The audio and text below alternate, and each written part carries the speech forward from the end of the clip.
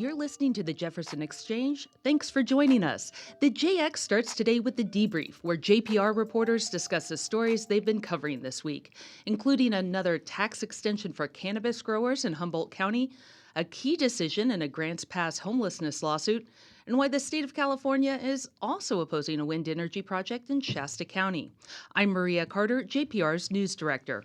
I'm Jane Vaughn, housing, homelessness, and education reporter. And I'm Justin Higginbottom, public health and safety reporter. And I'm Roman Battaglia, politics, environment, and energy reporter. Well, Rowan, you reported on a win for the Shasta County government related to that proposed wind farm. What happened there? Yeah, so this project called the Fountain Wind Project is currently under consideration by the California Energy Commission. It's through this program called the Opt-in Certification Program. It's this new program that state lawmakers passed a couple years ago to fast-track green energy projects in the state because they're trying to build more renewable energy there. Basically, if you follow certain requirements for the program, the CEC can approve your project, and then you can bypass local and county permitting as well as some state permits. So it makes it easier. You don't have to go through as many permits. So an assessment just came out by the CEC staff reviewing this project, and they recommended denying the project, which is good for Shasta County because the county government at least did not like the project. Well, why did they not like it, you know? Yeah, I mean, I don't know. They have a lot. I actually do know they have a lot of different reasons. One is That's why you're here. Yeah, one is that they don't like this certification program because it bypasses the county's permitting process. They would like to have a say in, the projects get approved in the county. Basically, if someone's approved through this program, they could just build in Shasta County without any permission from Shasta County at all, really. This proposed wind farm was already rejected by the Shasta County Planning Commission and the Board of Supervisors, and the Board of Supervisors even banned large wind farms in the county. Another big concern is wildfires. Both the transmission lines and the wind turbines could start wildfires, and then also the turbines themselves are like 600 feet tall, which I think they said is twice the size of the Statue of Liberty, which could prevent helicopters and planes from doing firefighting, dropping fire retardant from above, which according to CAL FIRE is kind of a yes and no. The wind turbines would definitely impede firefighting efforts and could make it more difficult, but it probably wouldn't be a complete no-fly zone like the county has said. The county's also said that tribal cultural resources in the region would be impacted, as well as visual disruptions, just seeing the wind turbines. Some people don't like to see. People don't like seeing turbines, I guess. Well, to each their own. Yeah. What does the assessment say about the Fountain Wind project? Yeah, it basically said that the project was not necessary. It said that the environmental harms, like things we talked about, outweighed the good, of being a renewable energy project. A lot of the reasons they stated were similar to the county's. Plus, they had mentioned the county's objections in their assessment.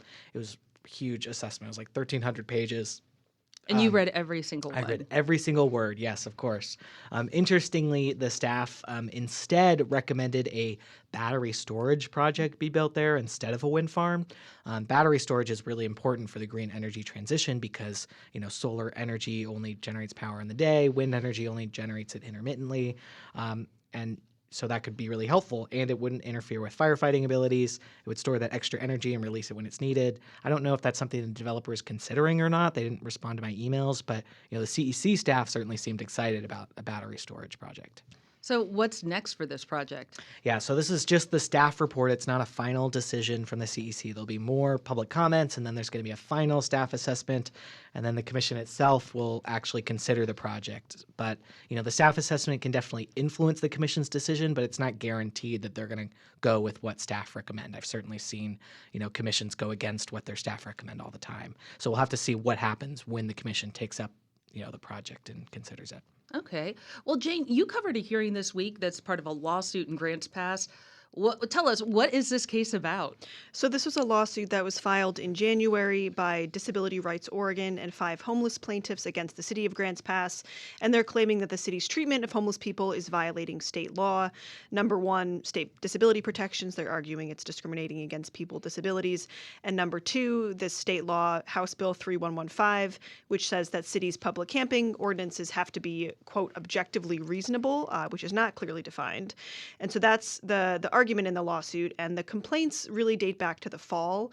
The city had 2 homeless campsites, and homeless people were required to move their stuff from site to site every week. At one point, they also closed one campsite down, and they only had one site for a period of time. And then since the lawsuit, the city has been sort of trying to make it better and prove that they are following state law, trying to be more ADA compliant. They now have 2 campsites open. So that's what's happening there. Well, I think we all know about the lawsuit from Grants Pass that went to the Supreme Court. How is this one different? Yeah, so that ruling was last June. The U.S. Supreme Court ruled in the city's favor. That was another lawsuit over Grants Pass's treatment of homeless people. That case actually dates back to 2018, but the argument in that case focused on the constitutional ban on cruel and unusual punishment. So the question is it cruel and unusual punishment if you're ticketing or fining someone for being outside when there's nowhere else for them to go? So that was the question in that case. But this one is relating to state law, though, not Constitution, not the Eighth Amendment. So it's a different argument. Yeah. And so what was this specific hearing that you went to about? Yeah, so the hearing was on Tuesday afternoon, and the question there was whether or not to impose what's called a preliminary injunction. And so that would prevent the city from enforcing its public camping ordinances while the lawsuit is playing out. So it's kind of a pause while the lawsuit finishes. So homeless people couldn't be cited, ticketed, arrested, anything for camping in public for the duration of the injunction. Obviously, they could still be charged if there were other crimes committed, but not for that specific thing. And there has been a temporary restraining order in place in this case for a little while. It keeps getting extended, which is similar. It's a temporary ban on the city enforcing its public camping ordinances. That expires on Saturday night. That's been sort of done in 10-day chunks. They keep extending it. And this preliminary injunction that the judge might decide to impose would be longer term, still temporary injunction. Until there's a ruling. Correct. Yeah.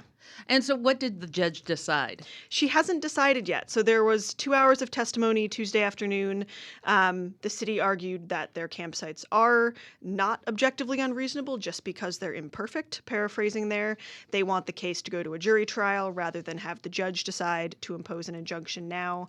The lawyer for the plaintiffs basically argued the city is being unreasonable. The temporary restraining order has been working, he says, and so the judge should extend it as a preliminary injunction as the lawsuit plays out.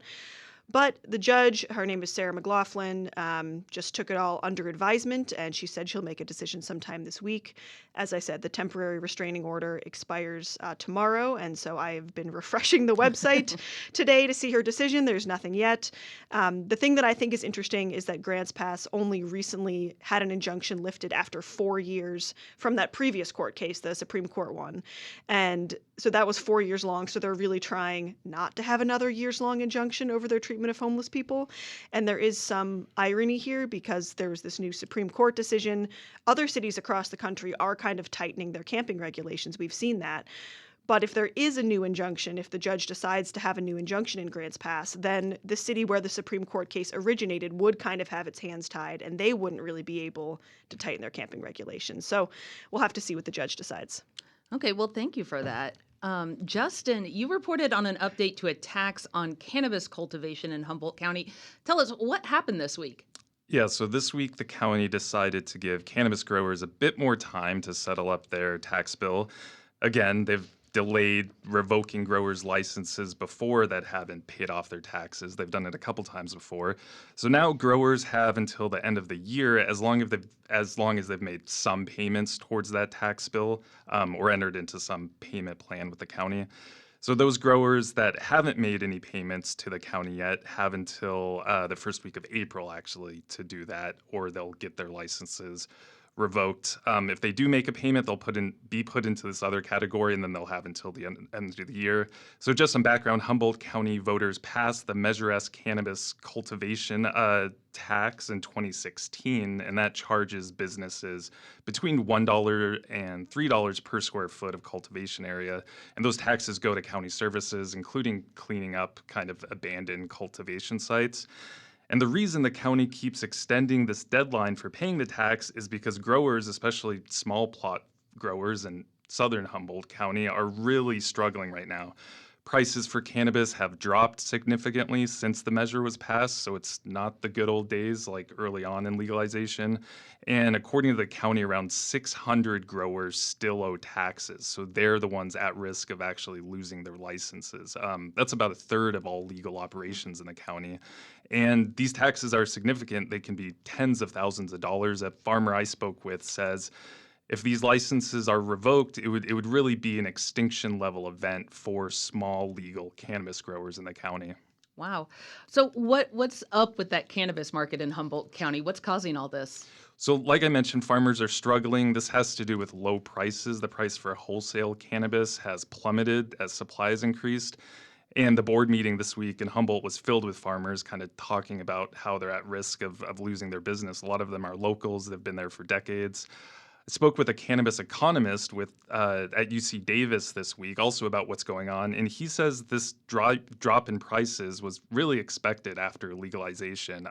Weed is basically starting to look like other legal crops, like corn or something. And he actually said he would expect the prices to continue to drop. Ironically, these taxes and regulations that the farmers are complaining about, those barriers to entry are the things that are keeping weed prices a little bit higher. So without that tax and stuff, the price would probably continue to drop further. Wow. And so where do farmers go from here? So according to the county, around 76% of active licensed cannabis farmers still, have paid off their Measure S taxes. So there are a lot of farmers still in compliance. But for the last 4 years, the county's either suspended or reduced this tax. This year, it's exempted again. But the county is having second thoughts on whether this tax even makes sense with this current market. A staff report raises the question about whether there might be a better approach to cannabis taxation. I'll just read a quote from that. Measure S does not produce the income expected. It is cumbersome to implement, puts additional burdens on farmers, which is arguably not where the tax burden should be placed, and is diverting staff time from other things that could be more beneficial to the county. So the planning department of the county itself is pretty critical of this tax as well. We'll see what happens in the future. There's at least a possibility that Measure S will be changed or something like that if it goes to voters. Well, Roman, you've spent a lot of time covering Shasta County this week. You also told us about something going on with the Shasta County Department of Elections. What happened there? Yeah, so the current county clerk, Tom Toller, announced his resignation. He's going to be stepping down at the end of April, and he was only in the position for less than a year. He was appointed last June to fill the seat of the previous clerk, who also stepped down. And why is he resigning? He said he has a serious illness that makes it impossible to focus on the job and his health at the same time. I don't think this is related to the job itself based on the statement. The last clerk also stepped down because of health issues, but she clearly said it was mostly because of health issues caused by stress of the position itself. And, a county clerk stepping down, what makes this interesting enough for us to cover?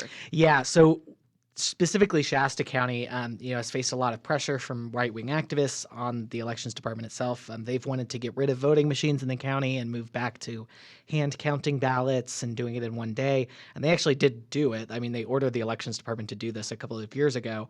It ended up being a big story. I covered it a lot. It was going to cost millions. Hand counting has been proven to be less accurate and more time consuming. It was going to require a bunch of people to do all this work. But the state ended up stepping in and banning hand counting in most elections in the state and requiring the use of machines. So the county clerk at the time, Kathy Darling Allen, was essentially sort of the guardian of the election system. She kind of prevented it from, crumbling underneath the threats that were happening there and kind of publicly fought back against some of these county supervisors. So people were kind of worried about her replacement being appointed by those same supervisors.